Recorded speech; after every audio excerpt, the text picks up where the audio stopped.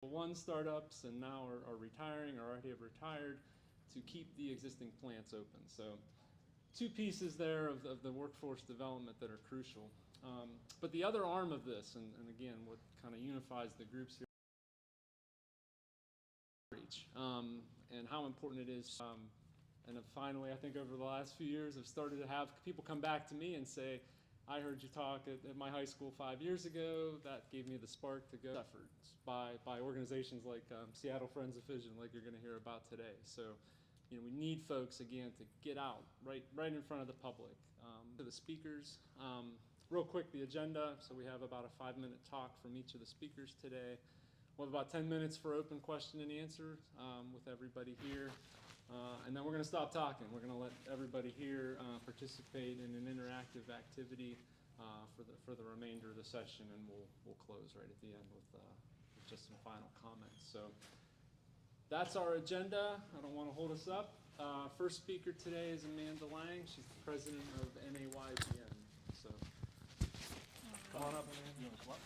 Yeah. Or, do you want to sit there? Okay.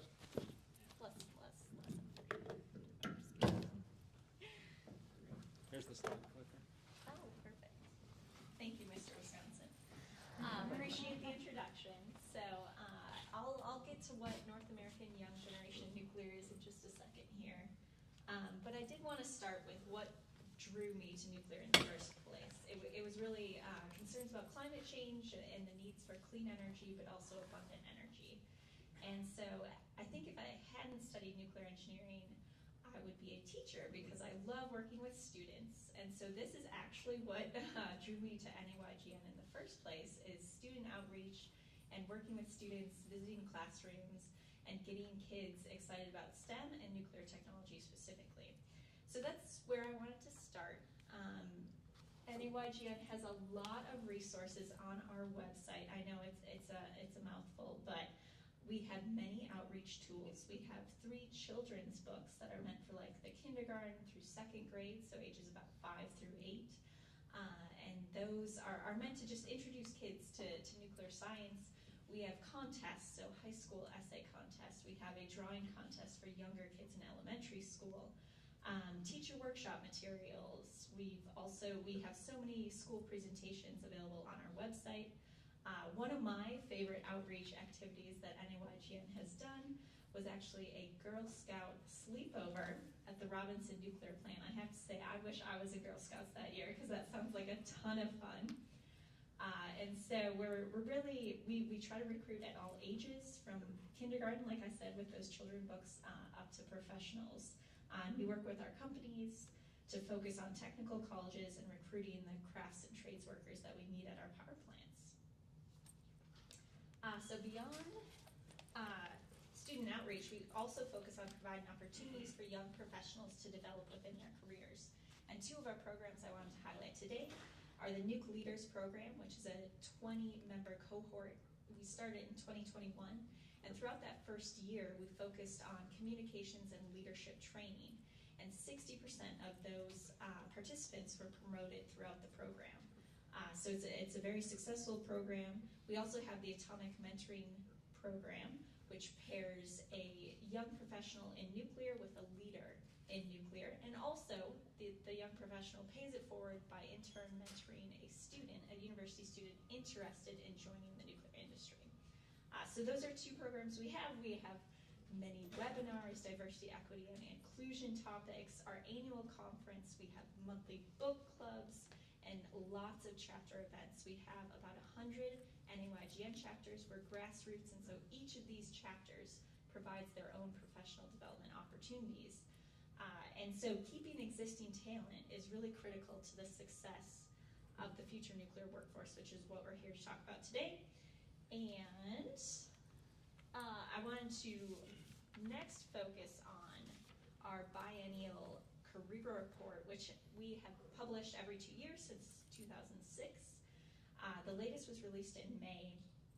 And essentially we uncovered that there were some retention issues in the nuclear industry. Not a surprise. Everybody has read the articles and the headlines about the Great Resignation. But NAYGN really took this to heart, and we wanted to take action and host a workshop to talk about these problems. And so we had a cross-section of individuals representative across the entire U.S. nuclear industry, and these folks examined the data and then proposed solutions via the design sprint agile process. And we are next week presenting those solutions to NSIAC, which is the Nuclear Strategic Initiatives Advisory Council. So it's the collection of chief nuclear officers within the U.S. And so we're very excited to be part of the solution and part of shaping the future workforce. Before I hand it back to Mr. Wisconsin, I wanted to emphasize the importance of community engagement, which is also something that NAYGN really excels in. So one of my favorite events besides the sleepover at the nuclear power plant, which I'm still jealous of whoever got to do that, in Charlotte, North Carolina, we did a brewery event. And so we were focused on a little pop culture phenomenon that happened back in 2019. I'm sure you guys remember the end of Game of Thrones. And HBO started heavily advertising the next big series. And so it was Chernobyl. And so just people were obsessed with this show for a couple months. And we decided to lean into it because I was getting so many questions about it, my coworkers were. So we put together a panel, and I talked about reactor physics and health impacts of radiation. I had a colleague talk about probabilistic risk assessment and plant design. And then we had a third colleague who actually was born in Ukraine, and he was able to speak to some personal experiences. And so it was a Tuesday night at a brewery. They were pretty excited to have us. We didn't know what to expect, set up 100 chairs, maybe thinking, a couple dozen people, but it was standing room only. We were supposed to be there for 90 minutes, and I was there for 3 or 4 hours, just answering questions. Like, people were super curious about nuclear, and so it was a great experience overall. So really important to engage with your communities. I'll hand it back. Why don't we scoot our chairs all this forward? Oh, are we in the way? No, but I'm just going to stand. You're going to stand? Yeah. I think it's better that we stand because Okay, so next speaker is Z Kandasami, who comes to us from Idaho National Laboratory. She's the executive director of their net zero program. So welcome, Johnson. All right, thank you.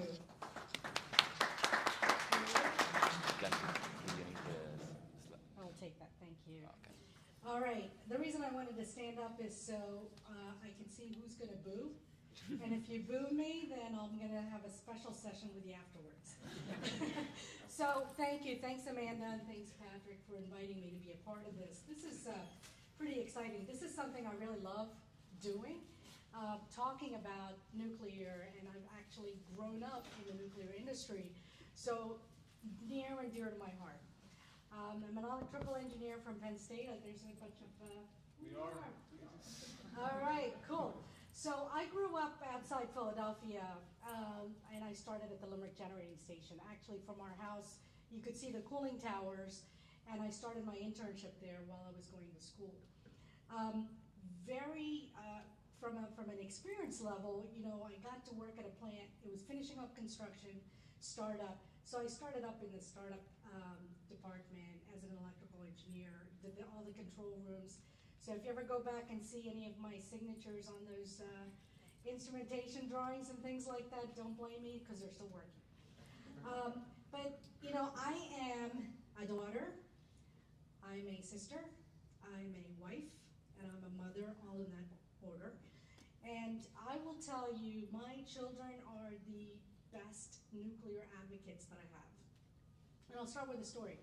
Every day we come home, we don't always eat dinner together just because I'm always working 24/7 when you work at a nuclear power plant. But my daughter was in the 4th grade, and we're in the 5-mile EPZ, Emergency Preparedness Zone of Limerick. And my daughter came home one day and said, my teacher said, we're all going to get cancer. This is 4th graders. We're going to get cancer because there's radiation coming out of the cooling towers. And I said, what did you do? She goes, I raised my hand and I said, that's not true because my mommy wouldn't work there if it was true. So I called the teacher up, and then we actually, 5 buses later, with the 4th graders that came out to Limerick, and this was before 9/11, so they can go up on the refuel floor, and they had a really amazing opportunity to see a nuclear power plant and all the different areas of the plant. What a big difference that made for the teachers, because think about it, each teacher probably has about 30 students or so, and then you multiply it by the parents and everybody else. That community just got influenced by these little children going home and saying, we have radiation coming out of those cooling towers. But what a turnabout, right? So that was like, we gotta do something. We gotta do more of this. So that was the start of it, and my kids still today, whether on an airplane or whatever, talk about what their mommy does and what it is safe and it is secure and so on. So we fast forward, 1999, NEI and the Global WIN organization said we need to have a U.S. Women in Nuclear organization.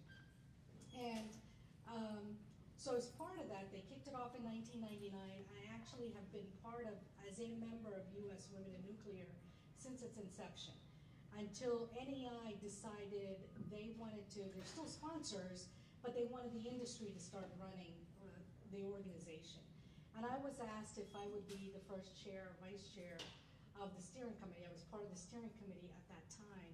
I can't tell you the experience that I've had being a part of that organization and being able to network and have the opportunity for all of the women and men that are part of members around the nation to be a part of that. I'm also now part of the Global Women in Nuclear, and have opportunities to go be a part of that. So when we got together in 2018 and we formed this new organization, it's not a new organization, it's an industry-led organization. We looked at it and said, what do we need to do versus, we rely on NAYGN as our feeder organization because you're the young generation, you're the future, you're gonna get us and continue to keep nuclear in the focus. So we said, what can we do strategically as an organization that we can influence the industry? So I think back, I was the first maintenance supervisor when I was at Limerick of 50-some men across the Exelon fleet that were maintenance supervisors. And from there, it was like, why? Am I the only person sitting here and everybody else is from the Navy Nuke? And I will share this with you. One of the things from a communications perspective was I was working and I wanted to be part of the Philadelphia Electric Company because everybody was moving after the construction of Limerick. And they had asked, I had asked, hey, I'd like to stay at Limerick. I would like to become part of PECO, Philadelphia Electric. You know what they said to me? They said, you're not white, you're not a man, and you're not a Navy Nuke. Wow, what a blow. Well, guess what?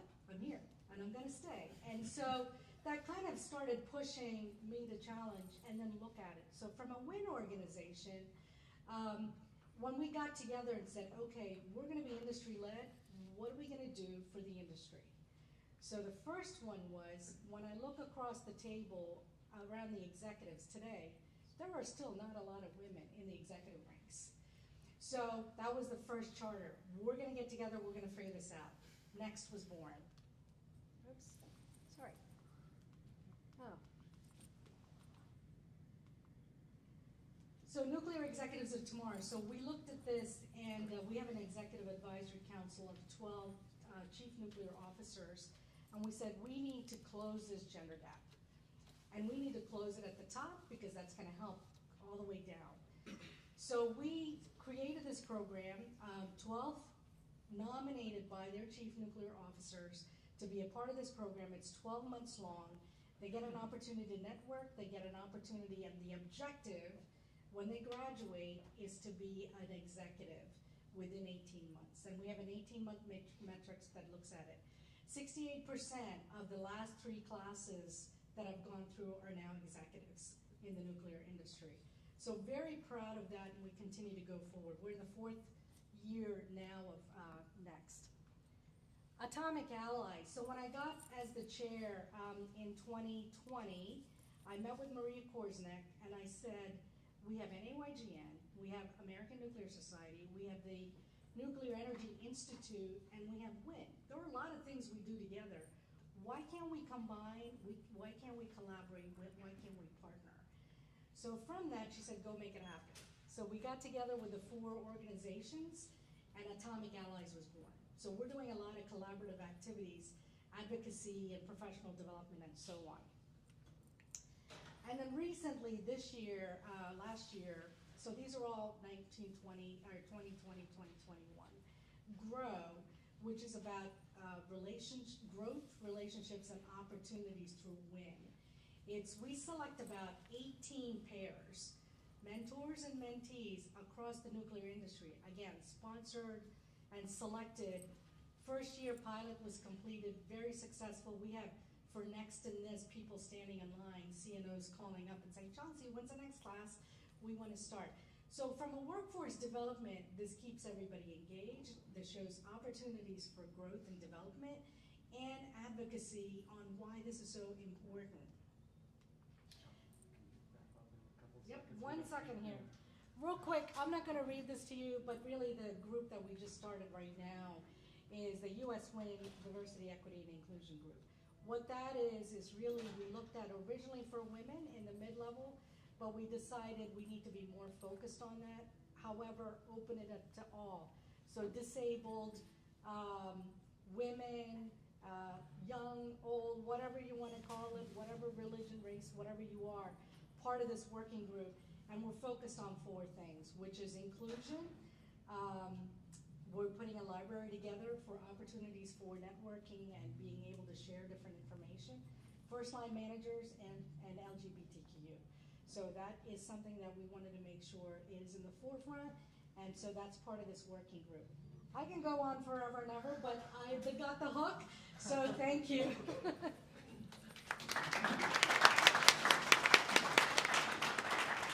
Thank you, Chauncey. So next up is going to be Carl Pauls. Oh, great. So Carl is an organizer and volunteer. He's come to us from Seattle, Washington this week, and he represents Seattle Friends of Fission. I forgot my notes. And I'm going to hide behind the lectern. Thank you.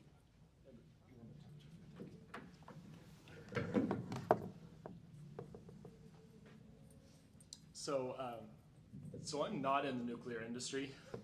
I gave up my chance, my last chance to work in nuclear back in the 90s. I wanted to get into video games. Well, so I did.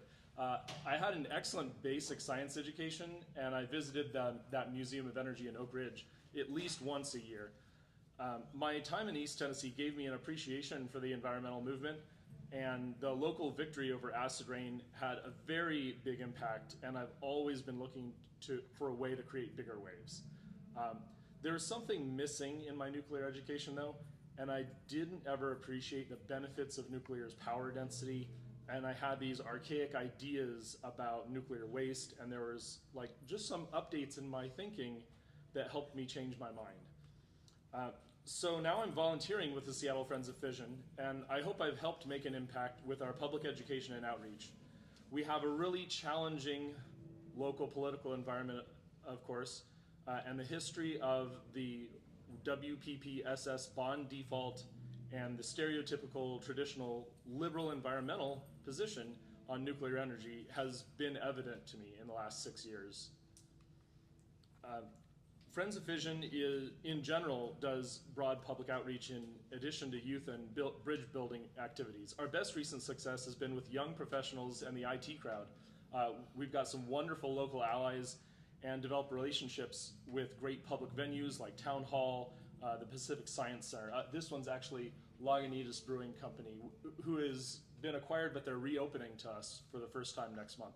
Our challenge, I think, is cultivating speakers who have time to reach out to local students. I'm especially excited to bring this experience right here back to my community. Our activists have become active in local political parties. I think that's especially important, both in Washington, the Washington State Democrats, and the Seattle chapter of the Democratic Socialists of America. Part of our success is due to we discover nuclear advocates through this outreach. I like to think that there are people interested and willing to reconsider nuclear all around us. But as difficult as it is, I've spent time working with many different local environmental groups and campaigns. I know I've developed a bit of a reputation.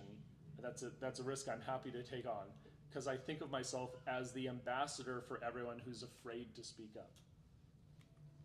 I want to share a story about some of the outreach I've been doing with NAYGN this week. I found some local groups connected to 350.org were actually protesting this ministerial. So of course we went, and while we were there, Kevin joined me actually, but I heard some of the speakers greet me in their indigenous language, Asiem Nichelachai. And I can't spell that for the life of me, but it is Salish. And I recognized it. In fact, I had met these two speakers, George Rubin and Cedar Rubin, 4 years ago at a Trans Mountain Pipeline protest. I don't know if they attended our reception. I, of course, invited them. But I did see evidence that long positive contact hadn't been forgotten. This is the pattern of engagement I think will succeed in the pro-nuclear community. If you're here for the environment, whether you're a nuclear engineer or an investor or an activist like me, I want you to involve yourself in the grassroots environmental community, even the mildly anti-nuclear ones like 350, Sierra, XR, or Sunrise. And over the last few years, of course, we've weathered the pandemic. I've personally invested a lot of effort in maintaining our advocate community and reaching out to others online. Things like having regular Zoom meetings kept us together, but also in creating a regular live stream and content, it's served me just extremely well and connected me more and more to youth culture. I actually recently joined the entertainment industry, and I've just further developed my skills through that. I hope I've done an okay job expanding our this and that cards in front of you on the topic of social media. And I want to inspire you to think how we can expand the nuclear industry benefiting using these tools. Thanks. Can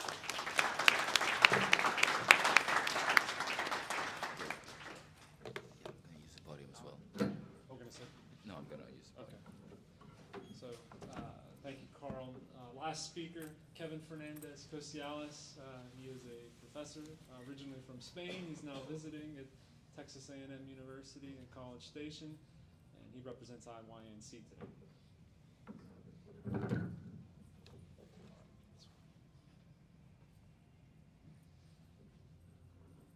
Thank you very much, Patrick.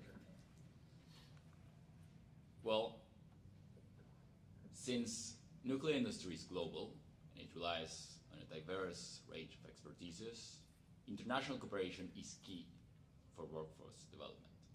And this is where the International Youth Nuclear Congress, or IYNC in short, may have its impact. So, just a brief history.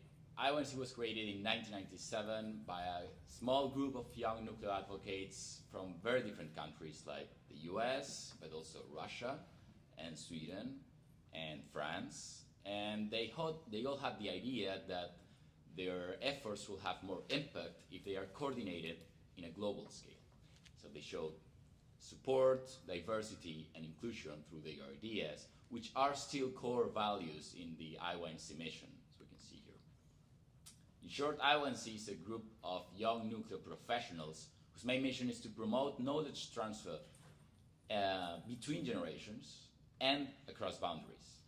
We support and provide guidelines to nuclear advocates who want to start a young generation network like, for example, the North American generation in nuclear that Amanda has talked about. We have a wide range of network that extends over 46 countries and we all have national representatives. So you can see IYNC as a network of networks, kind of. IYNC is held by the work of more than 100 volunteers that work continuously for IYNC with a top age of 39, which is the official age that you are not considered young anymore. Sorry. Yeah, 39. We have a very wide range of activities, like we have a mentoring program, a grants program, an innovation contest. We also have we have partners with a Nice Future initiative and also with the Nuke for Climate. Our voice is also listened by organizations such as the International Atomic Energy Agency and other organizations as well, such as the NEA or WNU, which we have strong cooperations with. And as Amanda mentioned, I think that YGNs, or Young Generation Networks, have a great capability to attract, develop, and retain talent within the nuclear industry. And this is a point where I like to insist. In fact, the capability of YGNs to help and support and to collaborate with the industry in the challenge of assuring a highly qualified workforce, I think is key for now and for the future. This is one of the ideas of my talk. And the other idea is how is the young generation reacting to this effort. So we talk about a lot of efforts, Amanda, Yancy, Carl, we all talk about engaging communities, but have those efforts paid off? What about undergraduates, high schoolers are about to decide the career to pursue? So those children books are making any effort? Okay, so come close on this one. To be able to know what's going to happen with the next generation, we must first speak the language of the next generation. So we are going to try to explain this with memes, okay?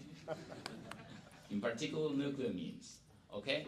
So memes like this one, those in the back you won't laugh because you don't see it, or we can see this TikTok, or we can see these other memes, okay? So there are literally hundreds of them on the web. And two important indicators we can extract from these memes, from this landscape of nuclear memes. First one, well, pretty funny, kind of okay. Second, and most important one, this is content that is found in general pages, in general web pages. This is not content that you found in nuclear-specific sites. This means that the discussion and the conversation about nuclear is already decentralized. Moreover, these are things that have been posted or created by some anonymous person, not as a coordinated effort of YGNs of a certain group. So the breeding ground right now for nuclear looks very favorable.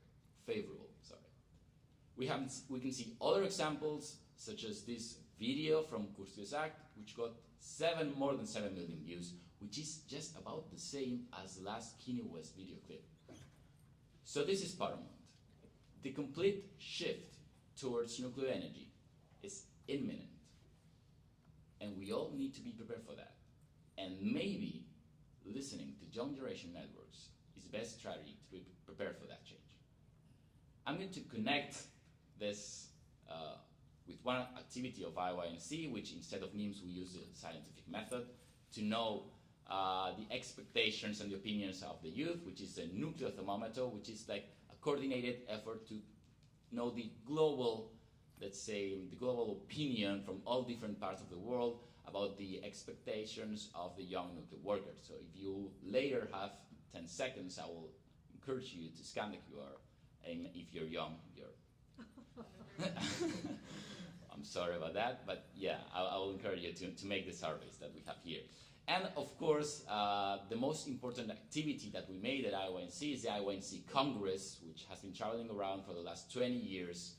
And all the young nuclear workers gathered together with national representatives to experience the IYNC spirit with technical sessions, workshop sessions, mentoring program, and of course, social activities to enhance this network of the young people so necessary. So I cannot finish without inviting you all to Koriyama in Japan, which is the next IYNC conference in November.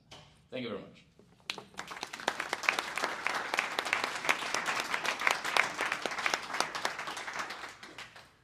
Okay, so we're a few minutes behind schedule, so I'm going to make an executive decision to skip the questions. I'm sure these folks aren't running away. You can catch them in the hallway hopefully after if you have some questions for them. I want to give the proper time for the workshop. So hopefully you've seen you have a few cards, or a smattering of cards on your tables. The objective here is you want to pick 2 cards that sound interesting to you, either because you know them or perhaps you want to know more about them. And you want to combine those cards into some kind of strategy that could be used to build or enhance the nuclear workforce. What we want you to do is to literally write your ideas down on your tablecloths. We will collect those at the end. The idea is that these are going to be posted on the NAYGN website. So no idea is a bad idea. Even if it makes no sense today, it's not feasible today, that doesn't mean that it may not be feasible someday. So definitely there's no wrong answer or wrong idea here. Carl, I think you wanted to give an example just to help folks get started. I've got a great example because we're doing nuclear education on live video right now because I started streaming. So that's one example. I put in these social media cards. Feel free to use them. We don't need to torture you. You can churn through a lot of ideas with social media, but there are many different sectors, many different categories here that feel free to be inspired by. Okay, so with that, you're free to brainstorm and collaborate. Each table will have at least one person, folks in pink shirts, to help you along. If you have any questions, raise your hand. We're happy to help, and have fun.